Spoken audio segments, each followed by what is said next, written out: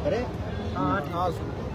लगातार शहीद स्मारक पर 20 दिन से राष्ट्रीय लोकतांत्रिक पार्टी धरना प्रदर्शन कर रही है।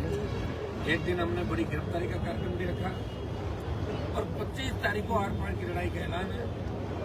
मानसरोवर के अंदर 1 लाख युवा राजस्थान का जुटेगा। मुद्दा है एसआई भर्ती को रद्द करे, आरपीएससी का पुनर्गठन करे और ये जेटीए का जो एग्जाम कराया परसों भजनलाल सरकार ने, और उसमें जिस तरह ओएमआर सीट के ऊपर सिग्नेचर नहीं है तो इसको भी रद्द करने की मांग कर रहे हैं। तीसरे आरपीएससी के जितने चेयरमैन थे उनसे पूछताछ क्यों नहीं हुई और एसओजी 400 लोगों को फांसी बता रही है। अभी तक 53 ही क्यों पकड़े गए? एसओजी भी उंगली उठ रही है और आइंदा जो भर्तियां हो उसमें पेपर लीक की घटनाएं नहीं हो। और भारतीय जनता पार्टी अपना वादा याद करे। प्रधानमंत्री जब आए थे राजस्थान के अंदर, गृह मंत्री आए थे, उन्होंने बड़े बड़े भाषण दिए और कहा कि भर्तियां भी रद्द करेंगे, पेपर लीक के माफियाओं को छलाक को पीछे डालेंगे, एक नीति बनाएंगे, राजस्थान के अंदर कड़ा कानून बनेगा। ये बात इन्होंने कही थी। प्रधानमंत्री जी 22 तारीख को आ रहे हैं। मैं प्रधानमंत्री जी की कुछ चीजें मैं आपको बताऊंगा। 1 जनवरी 25 अक्टूबर 2015 के अंदर घोषणा की। ये 25 अक्टूबर 2015 मन की बात का संस्करण है। प्रधानमंत्री ने कहा कि केंद्र की ग्रुप बी सी व डी की राजनीतिक सेवाओं से इंटरव्यू खत्म किया था, जिसमें ऑडिट ऑफिसर, अकाउंट ऑफिसर,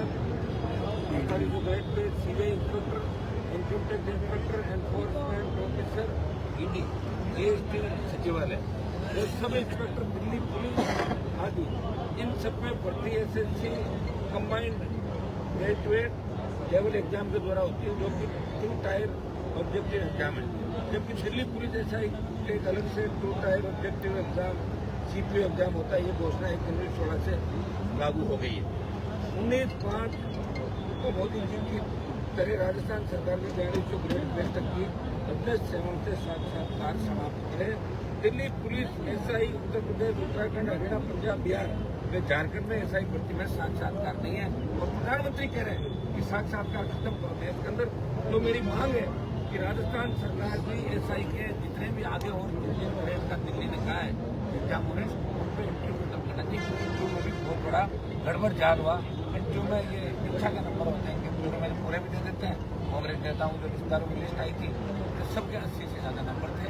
ये दुर्भाग्य है कि प्रधानमंत्री यहाँ आ रहे हैं और सब कमेटी की मीटिंग का ढोंग करके, और आज इन्होंने गोलमाल जो बात की, अरे जो करना करो ना, मना कौन कर रहा है? आपको डर क्यों रहो? किससे डर लग रहा है आपको? बताओ। भजनलाल जी सत्ता के अंदर। और सबसे बड़ी बात अभी मीडिया के अंदर देख रहा था कि प्रधानमंत्री कार्यालय बीकानेर दौरे को लेकर वहां के मिनिस्टर अब्दुल नाम जी से बात कर रहा था। ये मुझको पता ही नहीं लग रहा। सीए सब जुड़े जाके पीएम को करके पीएम का भरोसा उठ गया राजस्थान के भजनलाल और इन लोगों से। उनको कहीं नहीं मन में ये गलती हो रही है कि मेरे से चूक हो गई और मैंने आनंद फान के अंदर ये कह दिया कि भाई पर्ची से सीएम बना दो ताकि झगड़ा खत्म हो जाए। लेकिन ये पर्ची सरकार ले डूबेगी बीजेपी को, ये भी इनको आता न पता। भजनलाल जी तो वो मुख्यमंत्री है जिन्होंने प्रधानमंत्री को पहली बार किसी सीएम ने श्रद्धांजलि दे दी, कुछ नहीं बोल पाए। वो सत श्री अकाल की जगह सत सत अकाल और चाय जैसी बात करते हैं, सुबह कुछ कहते हैं, शाम को बदल जाते हैं। और कांग्रेस के उन तमाम नेताओं के लिए खुद कहते हैं कि अंधेरे के अंदर कांग्रेस के नेता में से मिलने आते हैं और फिर मैं उनकी मदद करते हैं। भजनलाल जी मैंने और हम 25 तारीख को इस बार आर पार की लड़ाई के बूथ के अंदर है। इस बार या तो राजस्थान का नौजवान इतना बड़ा आंदोलन करेगा कि सरकारें झुकेगी और नौजवानों को आगे सरकारों को कराना पड़ेगा, और या फिर इस दोबारा कोई नौजवानों का आंदोलन करने की हिम्मत नहीं करेगा। क्योंकि जो गर्मी का मौसम है उसमें आप देख रहे हैं कि एसी फट रहे हैं, कूलर फट रहे हैं, शॉर्ट सर्किट हो रहे हैं, फिर भी नौजवान डटा वाला है।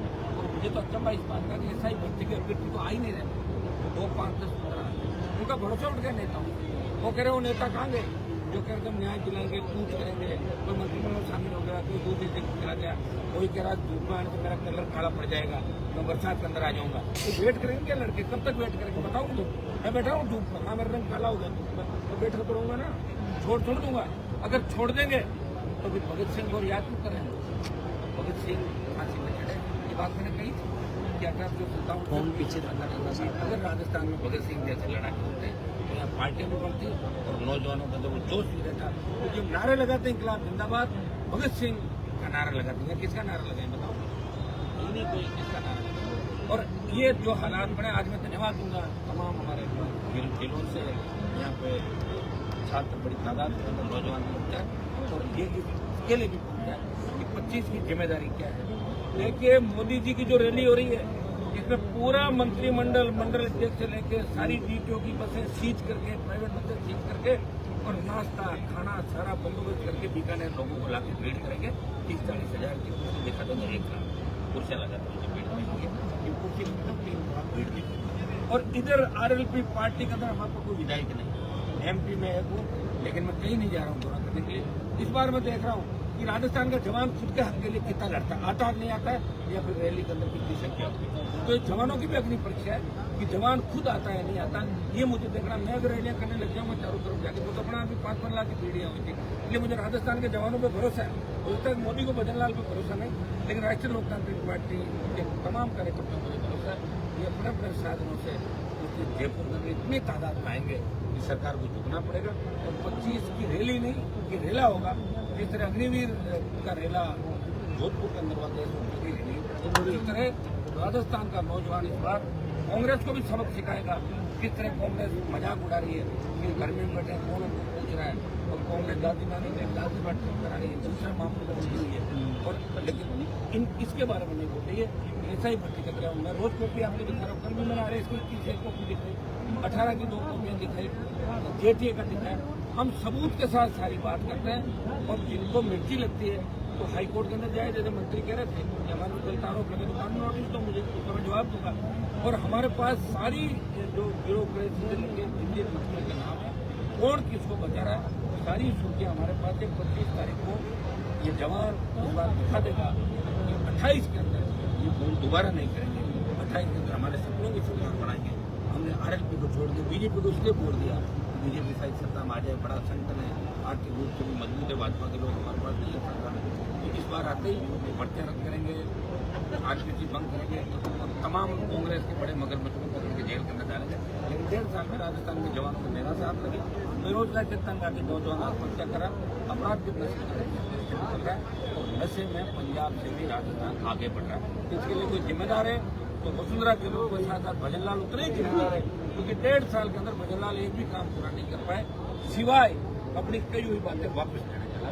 ये कोई काम नहीं कर, हमारी आत्मा देना 25 को पूरी ताकत के साथ राजस्थान को नौजवान दिल्ली को ही बता देगा।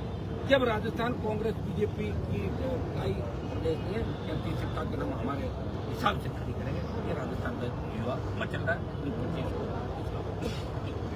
कैबिनेट सब कमेटी की बैठक हुई है, देखिए उसमें फैसला नहीं हुआ ना। कैबिनेट सब कमेटी का ये कह देती है कि हम तो अनुशंसा कर रहे हैं, भर्ती रद्द करने के बाद खत्म हो जाती है।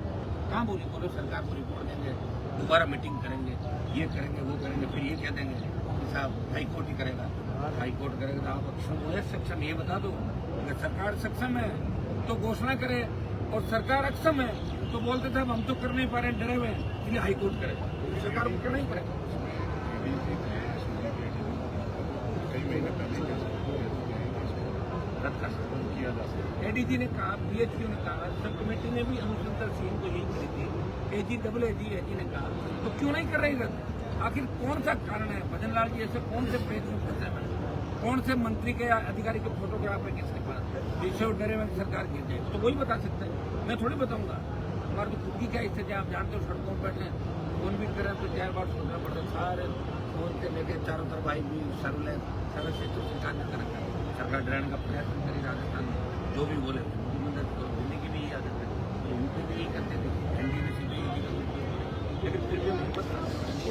अब कोई ये नहीं कहेगा कि राजस्थान में लड़ा करें। अब लोग कहेंगे कि राजस्थान के नौजवान अग्निवीर योजना का नेतृत्व करें तो वैसे अग्निवीर को भी समाप्त राजस्थान के नौजवान मिलकर करें।